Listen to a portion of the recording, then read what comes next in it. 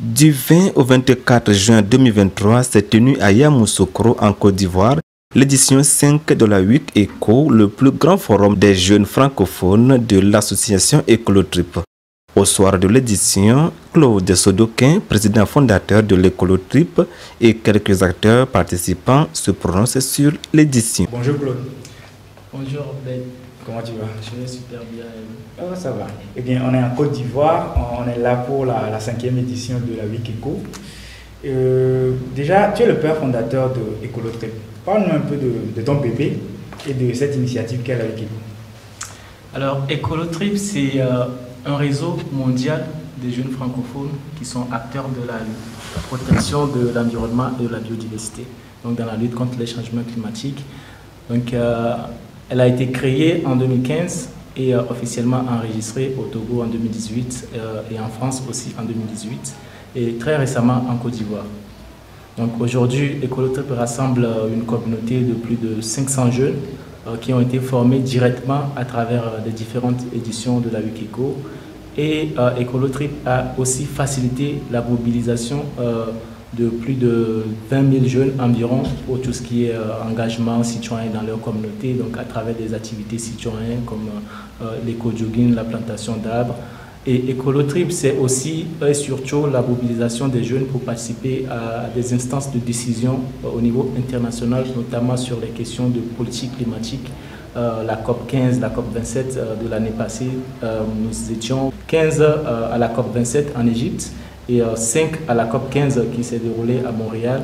Et l'idée, c'était vraiment d'aller faire du bruit, montrer notre motivation, détermination avec des déclarations et des recommandations qui sont adressées aux leaders de nos gouvernements francophones pour pouvoir engager beaucoup plus de jeunes francophones dans les instances de décision politique au niveau international. D'accord. Et la Week Eco, c'est le forum des jeunes francophones, c'est bien ça? Exactement. La Week Eco, c'est finalement le rendez-vous annuel où les jeunes francophones ont l'opportunité de rencontrer d'autres jeunes pour réseauter, innover et co-créer.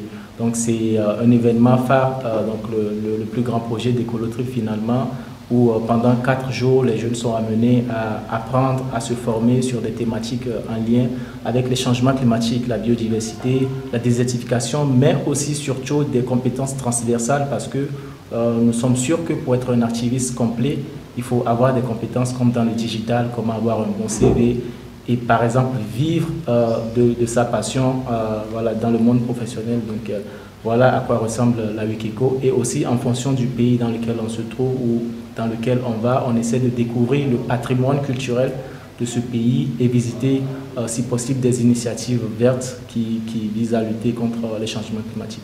D'accord. Nous sommes à la 5e édition, 3 éditions au Togo et une au Bénin. Qu'est-ce qui a motivé le choix de la Côte d'Ivoire pour accueillir la 5e édition? C'est une question assez pertinente. La Côte d'Ivoire aujourd'hui, c'est devenu un hub de tout ce qui est entrepreneuriat de l'Afrique francophone, je peux dire ainsi, parce que c'est un pays qui accueille beaucoup d'expatriés. C'est un environnement qui est très favorable à l'essor des initiatives des jeunes. Et vous n'êtes pas sans savoir que cette année a été déclarée comme l'année de la jeunesse en Côte d'Ivoire. Et nous avons trouvé en cela l'opportunité d'approcher les autorités de ce pays à travers l'UNICEF qui est cette année le sponsor officiel de la Week Eco. Et donc on n'a pas hésité quand on a eu un retour positif de nos démarches à poser nos valises à Yamoussoukro en Côte d'Ivoire pour cette 5e édition de la Week Eco. D'accord, merci beaucoup Claude. Alors bonjour maman. Bonjour. Comment tu vas? Je vais bien, merci. Et toi? Et ça va, ça va. Et la Côte d'Ivoire, comment tu trouves la Côte d'Ivoire? La Côte d'Ivoire, généralement, ce que j'ai remarqué, c'est un pays très vert. Okay, très bien. Ce que j'adore le plus, en tout cas pour les jours que je viens de passer. D'accord. Et tu es chargé de communication à Ecolab. Oui. Voilà. Et dis-nous, qu'est-ce que la Week Eco t'a apporté qui pourrait te servir dans ton travail de chargé de communication? D'accord. Déjà, Ecolab, c'est une start-up basée au nord du Togo, à Niamtougou, qui est basée dans la production de l'engrais bio, donc l'engrais organique. Dans le cadre de la Week Eco, ce que j'ai le plus aimé, c'est les propositions des autres par rapport à comment gérer la clientèle au niveau de Ecolab, parce que Généralement, nos clients sont des artisans, enfin des cultivateurs, et généralement, ils ne sont pas cultivés côté éducatif, ils n'ont pas été à l'école.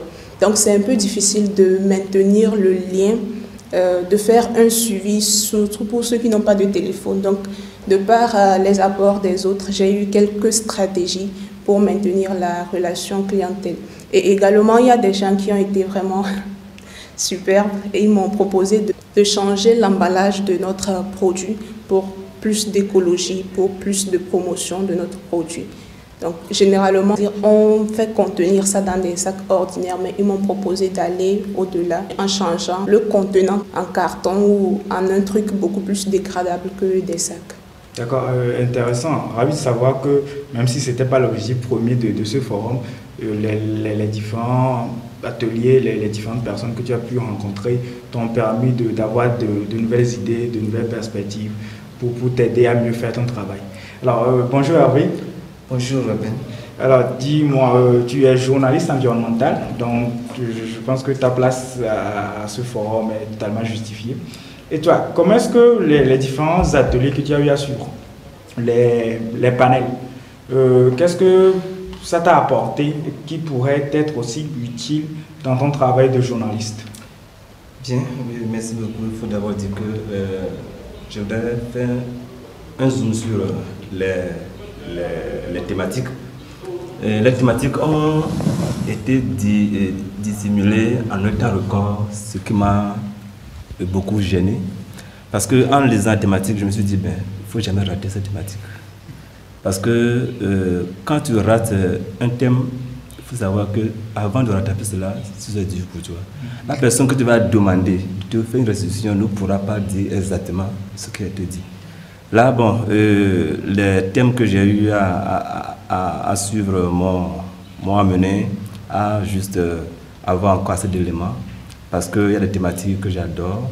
On a parlé du climat, de la biodiversité, la communication au niveau de l'environnement, disons, dans l'environnement, avec les entreprises. J'ai eu le temps de suivre certaines thématiques que j'ai notées.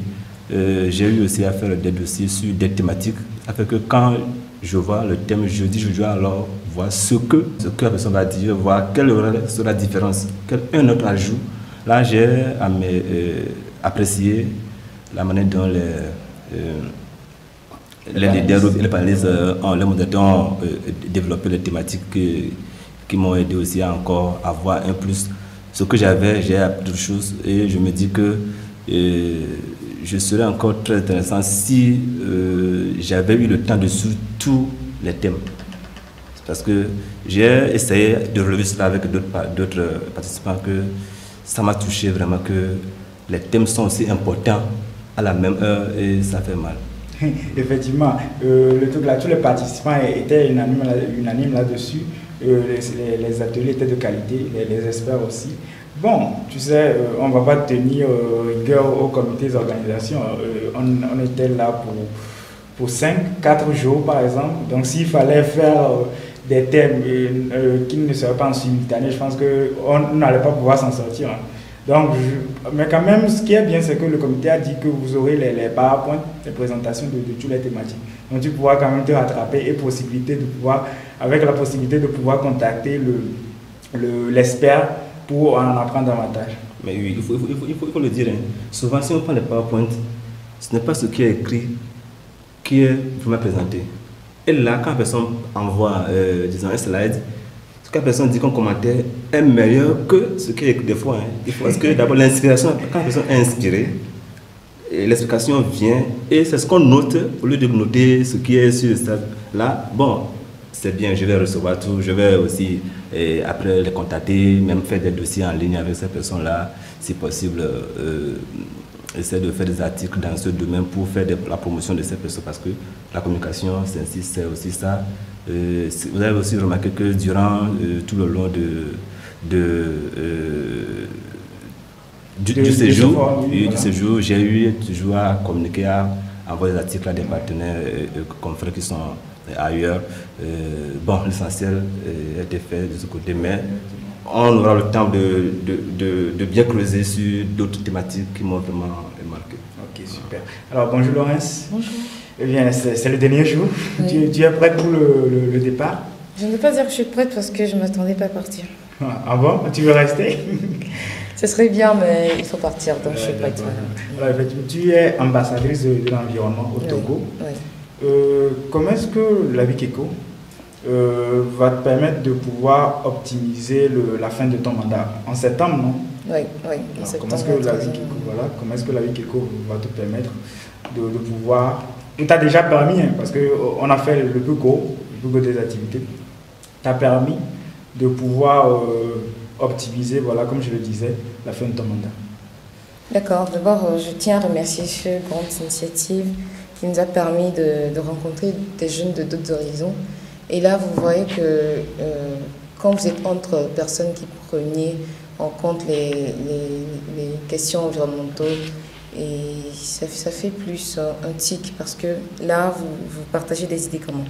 Et ce que j'ai pu aimer, c'est les ateliers, franchement. Donc, grâce à ces ateliers, j'ai vu où, moi, par exemple, j'avais des failles. J'ai vu où je devais améliorer pour les projets en cours et les projets à venir. Donc, afin de faire tout ce que j'ai bénéficié dans ce Week Eco, une réussite pour la fin de mon mandat.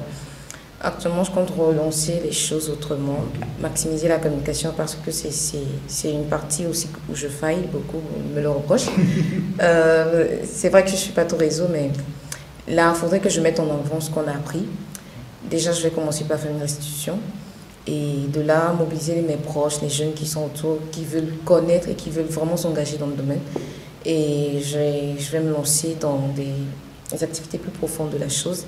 Et là, ne pas le faire seul, mobiliser tout le monde à le faire avec moi et tout.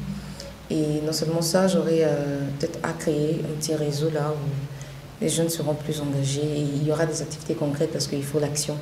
Donc là, c'est tout ce que j'ai eu à apprendre ici. Je compte quand même en faire bénéficier à d'autres personnes et pouvoir faire des choses très très concrètes. D'accord. Alors, en un mot, oui. Qu'est-ce qui t'a le plus marqué dans ce forum? Ce qui m'a plus marqué, c'est la qualité des personnes que j'ai rencontrées et la qualité de l'environnement dans lequel on était. Oui, ça m'a vraiment marqué. Et 17 nationalités étaient présentes. Oui, c'est beaucoup, c'est pas petite affaire. Ouais, et je tiens aussi à dire que l'effort qu'a fourni le comité, les visites qu'on a eu à faire, toute l'expérience autour, c'est des choses qui m'ont vraiment marqué. Super. Alors, honneur aux dames, à maman, je suis de retour. Alors, qu'est-ce qui t'a le plus marqué durant ce séjour? Alors, ce qui m'a le plus marqué, généralement, c'est les communications. Et surtout côté organisation, voir que c'est un forum organisé par des jeunes, pour des jeunes, vraiment c'est extraordinaire. Et comme Laurence vient de le dire, 17 pays, ce n'est pas petite affaire pour la mobilisation, la restauration, les visites et même pour faire déplacer des formateurs. Je trouve que c'est à féliciter. Chapeau à vous, Monsieur Claude. Donc, ce qui également m'a marqué, c'est la diversité. C'est-à-dire, ils n'ont pas juste voulu des gens qui sont déjà dans le domaine. Ils ont pris des adolescents aussi pour les mener dans le train afin qu'on puisse parcourir un chemin ensemble qui a un objectif, enfin, qu'on a un objectif à atteindre. Donc, on a impliqué des plus jeunes pour qu'eux aussi ils puissent attirer des gens. Donc, ça aussi, c'est un truc qui m'a beaucoup marqué. Et comme on est en Côte d'Ivoire, j'ai aussi aimé les plats, donc particulièrement le attiéké. Bon, j'avais vraiment de la peine à manger, bon, des choses comme ça. Donc, ça a été bien, bon, en général, chapeau, quoi. D'accord, super. Alors, Hervé, en un mot, qu'est-ce qui t'a le plus marqué, toi? Si je dois dire un mot, bon, permettez, nous on parle beaucoup, il faudrait qu'on dise certaines choses pour amener les gens à savoir que l'essentiel, ce n'est pas de dire une seule chose, mais d'apprécier la chose dans l'ensemble. D'abord, souvent chez moi, en pays Adja, on dit si quelque chose est devant toi que tu ne peux pas faire, si une personne arrive à le faire, il faut le féliciter. Là, félicitations à l'équipe de Écoloterie, parce que moi, c'est la première fois que j'ai eu à participer, il faut le dire, la première fois. Mais déjà, un de nos membres de l'association dont je fais partie, ATJ2E, c'est quoi ATJ2E? Association des jeunes togolais engagés pour l'environnement. Ok, d'accord. Là, a participé au forum. Là, maintenant, arrivé, j'ai vu que c'est une génération jeune. Je suis de la génération jeune. Là, le niveau des communications, la pluralité des thématiques, les échanges, bon, j'ai vu tout était au point. Et si vous permettez, c'était bien, mais j'ai fait une remarque, si je peux le dire, pour encore que la chose ait une hauteur dans l'avenir et puisse toucher assez de communautés. Il a un manque d'inclusion. Rappelons que je fais partie des journalistes qui défendent la cause des personnes handicapées. Là, j'ai essayé de voir autour de la chose. J'ai vu que les personnes handicapées n'ont pas été incluses. Là, si l'équipe peut penser à cette inclusion, parce qu'il y a des personnes handicapées qui ont disons, des spécialités qu'ils peuvent développer ou bien pour les partager, mais s'ils ne peuvent être participants, ils peuvent être peut-être des modérateurs ou bien des panélistes pour apporter leur connaissance à la chose. Et je sais aussi qu'avec cette inclusion, l'HI est une organisation qui est ouverte dans ce domaine.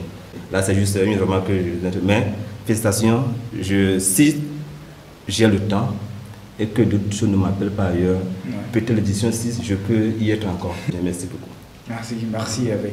Alors, Claude, tu fais partie du comité d'organisation. Ton regard sur cette question ne sera pas le même que les précédentes personnes qui ont parlé, puisqu'ils sont des participants. Qu'est-ce qui t'a le plus marqué durant ce séjour? Je pense que quelqu'un l'a déjà évoqué. Ce qui m'a le plus marqué, enfin ça ne m'a pas marqué, mais je suis venu plutôt confirmer, parce que vous n'êtes pas sans savoir qu'on a reçu plus de 2000 candidatures. Et donc, ceux qui ont été sélectionnés, c'est moins de 100 personnes environ dans les 2000 candidatures. Après, on a d'autres participants qui viennent du Québec, de la France, de la Belgique, et des participants ivoiriens que l'UNICEF a dû faire participer. Et ça montre la qualité, la rigorosité qui a été mise pour la sélection des candidats. Et sur place, j'ai remarqué vraiment des profils vraiment waouh, quoi. Donc ça m'a beaucoup plu. Et chaque fois que j'essayais de discuter avec des participants, j'avais cette confirmation qu'on a fait vraiment un bon boulot au niveau de la sélection. Et concernant la question de l'inclusion, c'est quelque chose qu'on a commencé à voir depuis l'année passée.